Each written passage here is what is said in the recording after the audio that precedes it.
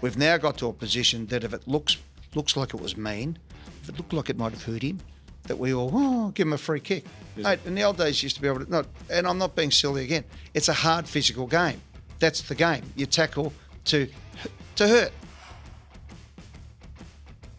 Hello, everyone. Welcome to Eddie and Jimmy on this Wednesday edition as we go through your emails. Thank you for sending to eddieandjimmy.com.au. Jimmy is Jimmy Bartel. Hello, Jim. Good. Yeah, good. Thanks, Ed. Good to be with you, pal. Let's go through them. Nathan, I have a big problem with the way free agency works. What's the bloody point of giving teams a restricted status on players and not making them sign and trade? In fact, Brisbane just had to add a couple of 100,000 to practically offer pick 2 for Oscar Allen as a rort of the system. So there's going to be... Compensation should be taken away completely. Well, there's a proposal, and one of the many proposals, of course, they're going to the Commission and, with the AFL executive. I'll try and do this quickly. They're going to try and make clubs pay fair value, as you've spoken about many times regarding academies, NGA and father-son. That's all you have to do. The other thing that's going to be put up for consideration is the free agency compensation pick band 1 and using Oscar Allen, or if you want to use Ben McGuire. I'll stick with Oscar Allen. Oh, Oscar Allen. Yep. So instead of giving up pick 2, they'll look to protect the top 10. So top 10 picks become protected.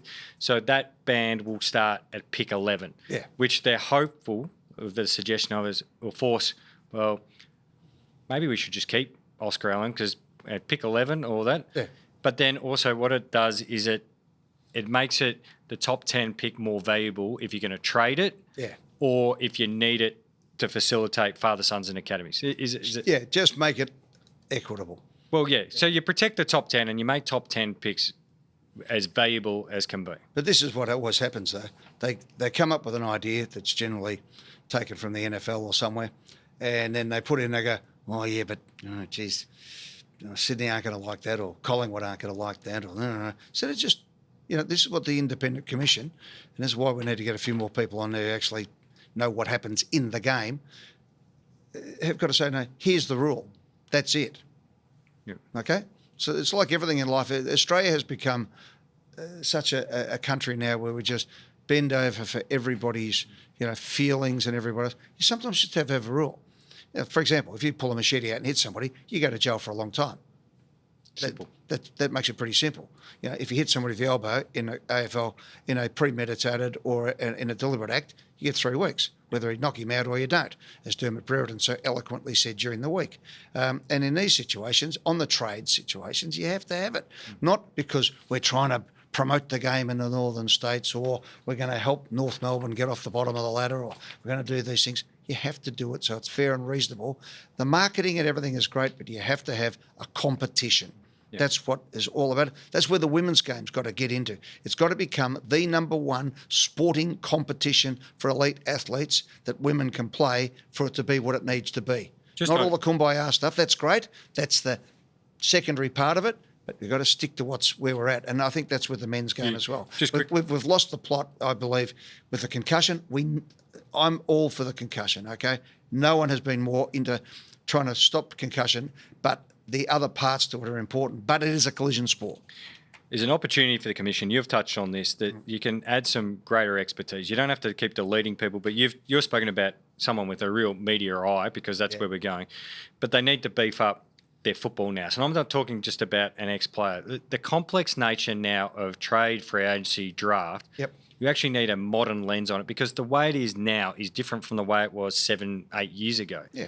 And that's our core product. It's fantastic. They've got smart business minds and they're fantastic. I'm not diminishing them. They're part-time in that. But it'd be like having a banking commission with no up-to-date current working knowledge of the banking rules on that commission. But even, I'll give you a real-world example. The Victoria Police had never heard of the tracksuit gang, which was Tony Mockbell's mob, right? But on the streets, everyone in town knew who Tony Mockbell was. He's turned up at the races. He's betting hundreds of thousands. It took a call to the cops for them to find out. Then they put in place. By that stage, it's already moved on. It's like, all these people who are, the social media situation, they're already miles ahead. You're playing catch up all the time. To your point, I've said sometimes You can get the smartest people in the world, right? You're a pretty smart guy, but you don't speak Chinese, right? You get other people who don't speak football. They're really smart and they're good at areas of the game. But the key part of the game is the competition. Correct. And I think we need to focus in on that a little bit more. I'll do Stephen. There is a serious problem of evolving in the game, and that is players just go limp when they get tackled. I believe this is to make the tackle look more serious than it is, resulting umpires avoiding a dangerous tackle. It needs to start getting picked up and fines handed out. A player caught doing it multiple times should get a suspension. Your thoughts? I completely agree, Stephen. And I think that continues on from what we just said. We've now got to a position that if it looks like it was mean, if it looked like it might have hurt him, that we all give him a free kick. Mate, in the old days, you used to be able to and I'm not being silly again. It's a hard physical game. That's the game. You tackle to hurt. Let's not gild the lily. That's the whole idea of the game.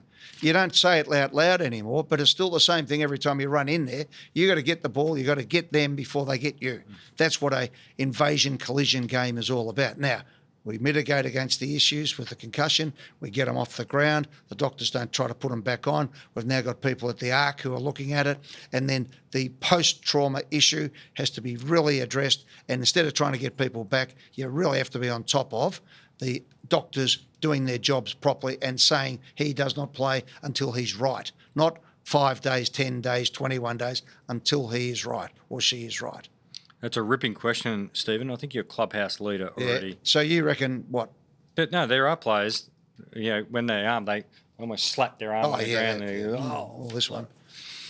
There's a St Kilda player the other night who got a free kick and a goal when he was fended off by... Machito Owens.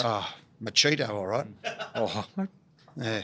I'm a big Owens fan, so... So am I. Hey, I'm nominating for the Gold Logie. Oh, he's up, Machito. Kidding, aren't you? He's a good Anyway, Harry says, what do you think about the idea of playing AFL in London during the Ashes? I think it needs to be 2 games and then they can make an event of it. We've had low-profile clubs overseas before and it tends to be a flop. The only problem, Harry, is that the ground, even though they've got cricket grounds in England, they're too small. I've played on the Oval. I called it at the Oval, yeah. And that would be the place to play it. But sadly, there'll be a cricket pitch right in the middle of the ground. Good idea. Need to come up with a solution. I like the idea a lot. I'm going to pick that up. I've got a solution for you, Harry. I've got a solution for you. Eddie and Jimmy will be live from the Ashes talking about football. Well, I'm there. Are you coming too, are you? Hang on. You can get me up the front of the plane. That's it. With one of our sponsors. Well, Fiji Airlines are coming on board with us. They're flying direct. So you can go Melbourne to Nandi, right? You can stay there for a couple of days. Fantastic. But you just change there and go straight to Vancouver, straight to San Francisco, straight to LA, and straight to Dallas. And they're the ripping planes, and they're in one world. So all your frequent flyers through Qantas all connect up. Read the fine print. This sounds like a road trip for you and I. I think it's fantastic. It gets to America. Then we've got to get to London. But I like that idea of us getting involved in international sport. I like it a lot. They started in London and then, again, they half-ass at the AFL. They drop off, because somebody whinges about it. State of Origin, we've had one game. It was a huge success, and already we're trying to water it down again. Yeah, jeez. Ross, footy is a much-needed distraction over here in the Middle East right now. Thank you. Say that again. No worries, Ross. Stay safe. My question is... The Carlton fans are saying, yes, send Carlton. The AFL is moving forward with rules to make the game better and safer. Yeah. Why do we still put up with the substandard, embarrassing goal line technology? Well, they're trying to work it out. We're trying to work the chips. We're trying to work Hawkeye. It's not as simple as it seems. Everyone's trying to get it right. It's as simple as that. The most easy solution is 2 goal umpires, but I am blue in the face. You do love the 2 goal umpires. Yeah, guess why? It fixes the problem. Not standing next to each other, standing between the behind post and the goal post. Why wouldn't you just try that? Yeah. Why wouldn't you try it in the VFL? Yeah, you don't have me there yet with the 2. VFL. Try it in the VFL. I'm not there yet. One game in the VFL. I'll give you one game. Try it in the televised game, which has been saved by the mighty Jam TV. Yeah, for us. But I'll let them announce that in due course. But that's going to be sorted You'll out. let them announce it, and you kind of announced it. What have I announced? You pretty much announced it. What have I announced? Oh, haven't announced where. Yeah. Oh, okay. Which was a bit like when you sort of semi-announced some NFL action at Sports Next, which was a great turnout. Thanks for that, by the way. That was a fantastic event. I didn't announce it. I just said that Sportnext will have its major conference in a particular week in September. I saw some government officials, which is fine to ruffle their feathers. Mate, everyone's been talking about it. I mean, seriously, we all know it's going to be in the second week of the final series and probably on a Thursday morning. Yeah, I know. It was or a Friday morning. It was very funny to watch. I enjoyed it. The whole idea was to announce when we were doing our thing. Anyway, we might have to change it because they might change the date. Who knows? But I gather that Roger Goodall coming out in April will be telling us, and also the ticketing scenario. And the interest from overseas is off the charts Enormous. and interstate. So I think the ticket prices, they won't be cheap, but they'll be, if you want to go there, it'll be great. It'll be NFL standard ticketing, I would have thought. Ross says, he's in the middle. No, we got Daryl. What do we want to do? We're up to Daryl.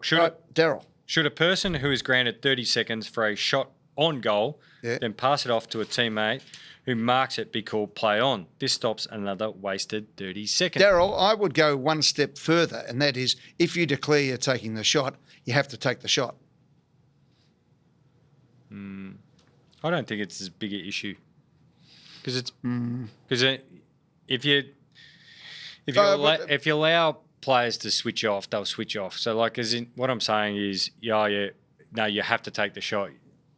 I like the element that you might pull the kick and find someone else. Okay, then in that engaged. case, Daryl has come up with a very good solution. Then You get 1 30-second go, then it's you line up and kick in 6 seconds or 8 seconds, what it's supposed to be. I get your gripe, Daryl. I get it, I really like Daryl's suggestion. Yeah. Yeah, fitty. Hmm? Fitty. But it's another one they brought in that, they brought in 30 seconds to speed things up and it slowed things down. You can just man up. Well, why do you get 30 seconds? Yeah, but if they're taking the 30 seconds and you're not like twiddling your thumbs or watching yourself on the replay. Yeah, but can I just say this? A lot of players. The unintended consequences in the weekend of the game speeding up is there's been more goals.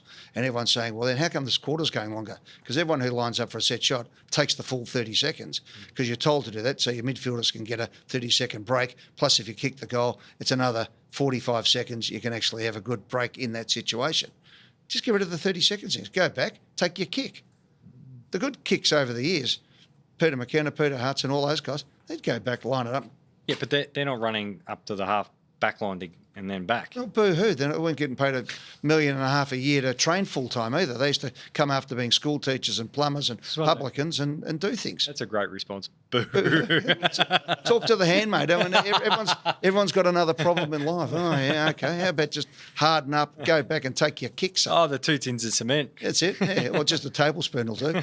But in that situation, go back, line it up, take your kick. Get rid of the 30-second rule. It's too much. But it's actually, I've just come to me that position. We're going to have far more goals and far more set shots. That 30-second thing is what's killing us. Yeah, I think I had a look. There was a stat somewhere, and I apologise not attributing it, but I think time is now 10, 11 minutes more from 6 or 7 years ago in the game. Well, I did a back of envelope and I came up with 18 and a half minutes. Now, we're not going to have 18 and a half. You got probably 18. But it meant that a midfield player would play 7 games a year less with those minutes out of a quarter. So there's an impact on that. And I don't think the games that were truncated slightly during COVID were any less than what we needed to have. No. So I agree with shortening the quarters. And I think it worked. And again, it staggered me that there was a lot of discussion before shortening those quarters. Go, oh, beauty, here's our opportunity to do it. And it worked. And then they went back. They missed the opportunity. No, I think there was, again, they get bullied by the wrong people. They get bullied by people who have a loud voice but nothing really to say. They just, deal in cliche and outrage. But that's where you've got to have people who say no. And sometimes the answer is because. And we're going to have complaints from the, Fans Association. All right, I listen to you. Knows the answer. We're playing a Twilight Grand Final. Okay, thank you. Move on. we'll get rid of the 30-second rule. And what was the last one we just spoke about? Well, he's just saying if you take the 30... Yeah, I'm with him. You just play 'em. Get rid of it. Hey, David. I've got to ask you this one because this is right in your wheelhouse, as they say. Yeah. The name wildcard feels recycled from US sports. Totally. I've come up with a better name. The elevator round with the 8 in there. Elevator is AFL specific and linked to the final 8. But I'll take you on there, David, because elevator is an American term for what we call a lift. Where's escalator? Or maybe the escalator. Yeah, I know. Dual meaning, elevation, rising up, plus the 8 pun. Yeah, we sort of got that, Richard. Yeah, thank you. Yeah. And a natural tie to finals. Marketing gold. I think David sort of marketed himself a touch here. Yeah. The elevator round. Take the ride or miss the finals. I like that. Yeah. Who will push the button and rise into the 8? Elevator date. Great promo line for ticketing schedules. Yeah, well. Yeah. Well, hang on, I'll do it the way. Somebody thought Coca-Cola was a bad idea once upon a time when it was put up too. And seemed to pick up. And, Gather Round sort of had fleas on it when it first started, but we've all sort of jumped on board eventually. You got to imagine it in Craig Willis's voice. Elevator round. Who will push the button and rise in the 8? So the elevator. You on board elevator round? I was talking to somebody who ran into Craig Willis the other day and told him to make sure he knows that we gave him a pump up last week. Yeah. Follow Eddie and Jimmy wherever you get your podcasts. We'll catch you tomorrow for our preview of round 1.